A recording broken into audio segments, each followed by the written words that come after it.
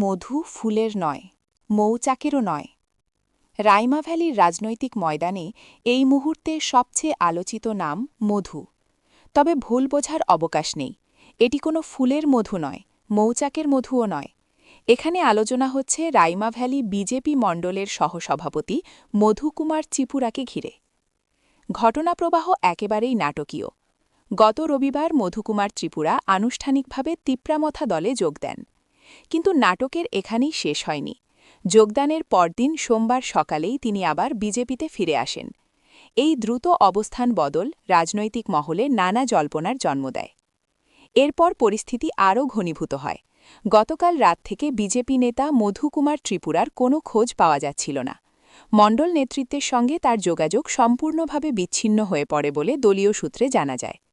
এই নিখোঁজ পরিস্থিতিকে কেন্দ্র করে রাজনৈতিক মহলে প্রশ্ন ওঠে, তবে কি আবার দলবদলের পথে হাঁটছেন তিনি? সব জল্পনার অবসান ঘটে মঙ্গলবার। ২৪ ঘণ্টা পেরোতে না পেরোতেই ফের একবার বিজেপি ছাড়েন মধুকুমার ত্রিপুরা। মঙ্গলবার তিনি খুমুলংয়ে টিটিএ-ডিসিএর সিএএম পূর্ণচন্দ্র জমাতিয়ার হাত ধরে তিপ্রামথা দলে যোগ দেন। ওই সময় তার সঙ্গে উপস্থিত ছিলেন ইএম রাজেশ ত্রিপুরা। উল্লেখযোগ্যভাবে এর আগে তিনি একবার আইপিএফটি দলেও যোগ দিয়েছিলেন।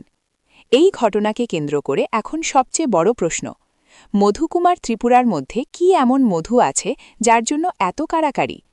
রাজনৈতিক বিশ্লেষকদের মতে এর মূল কারণ ২০২৬ সালের আসন্ন এডিসি নির্বাচন।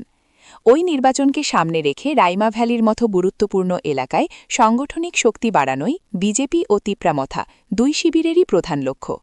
মধুকুমার ত্রিপুরা কোনো শীর্ষস্থানীয় নেতা না হলেও স্থানীয় স্তরে তার প্রভাব ও রাজনৈতিক সক্রিয়তাই তাকে আলোচনার কেন্দ্রে এনে দাঁড় করিয়েছে। এডিসি নির্বাচনের আগে শক্তি প্রদর্শনের প্রতিযোগিতায় ছোট বড় নেতাদের অবস্থান বদন এখন রাজনৈতিক কৌশলেরই অংশ। সেই প্রতিযোগিতার আবহেই দুই দলের কাছেই মধুকুমার ত্রিপুরা আপাতত হয়ে উঠেছেন চাহিদা সম্পন্ন নেতা, এমনটাই মত রাজনৈতিক মহলের। ফুলের মধু যেমন মৌমাছিকে টানে, ঠিক তেমনি এই রাজনৈতিক মধু টানছে দুই রাজনৈতিক দলকে। এই মধু কতটা মিষ্টি আর কতটা তেতো তা বলবে সময়। তবে এটুকু নিশ্চিত, রাইমা ভ্যালির রাজনীতিতে মধু এখন কেন্দ্রবিন্দুতে। আর ২০২৬-এর এডিসি নির্বাচন যত এগোবে ততই এই ধরনের রাজনৈতিক টানাপোড়েন আরও বাড়বে।